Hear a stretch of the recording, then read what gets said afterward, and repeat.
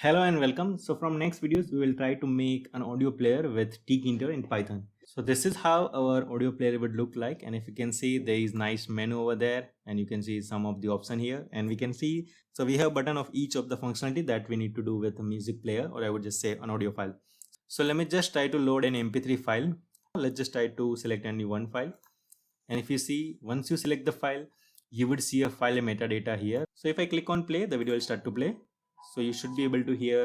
I can increase the volume by this.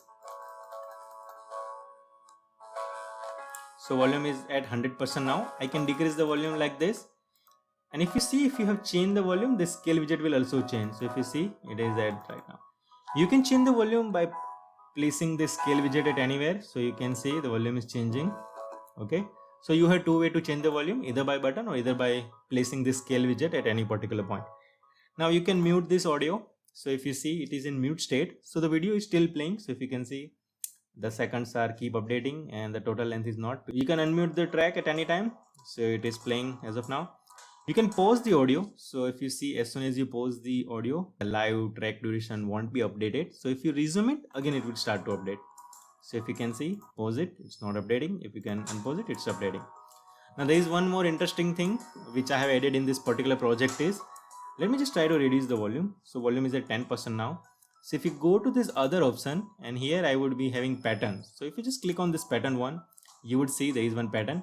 If you can pause it, the pattern would be in posted, and if you unpause it, so it would be in unposted. Now I can do like this. So there is a other pattern as well, like there is a third pattern as well, and I can see there is a fourth pattern as well. So this all things you will be able to do in this particular project. I have stopped this audio. Now let me click on this open file again, and now I'll be selecting more than one file to show you what difference you will get. So now if I load this many number of file, I would be having a data for first file. And if I click on next, it would be giving me metadata for second file. If I click on next, it would be giving metadata of third file. So I can see any number of file I can load it and it would be giving me a data for this particular track.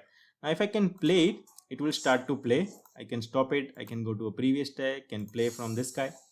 Now if I just move the focus, the song won't play, but if I move the focus and click on play, then only it will try to play. So every single things I have just tried to cover in this particular project.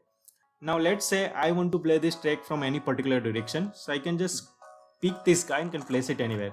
So if you see right now the track is playing from 2 minutes and 17 seconds. So now volume is at 10%. Let's say the track is playing from 2 minutes and 23 seconds. I can go back like this and the track is playing from 32 seconds.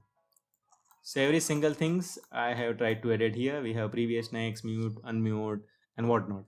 And similar things we can do from this menu option as well. So we can pause it. So it is in posted, and if you can see this little button icon is also changed. Now if I unpause it, this is again changed. If I want to mute it from menu, I can do like this. So it is in mute state, volume is 0, the track is still playing, and here you can see it is allowing us to unmute. So I can unmute here.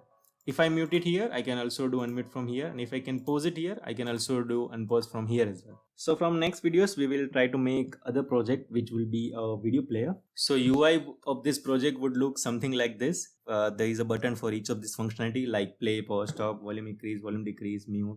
From this button, we can open and select any MP4 file. So if I selected this file, the file is loaded and I can see that the name of the video file is present here. I can see the volume is scaled to 40% and I can see the track duration is 00. That means the full length is also it is not showing, as well as it is not showing the current play time. And I can see there is a scale widget. Now if I click on play, the video will start to play. So I can see inside this frame the video is played.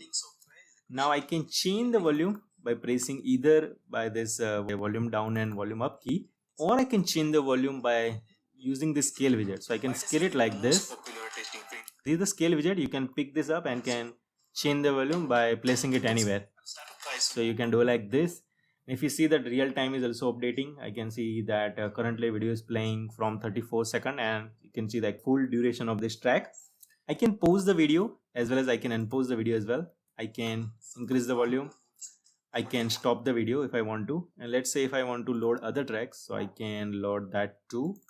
And I can play it. If you see the title, or I would just say the video file name is reflecting here, I can play it.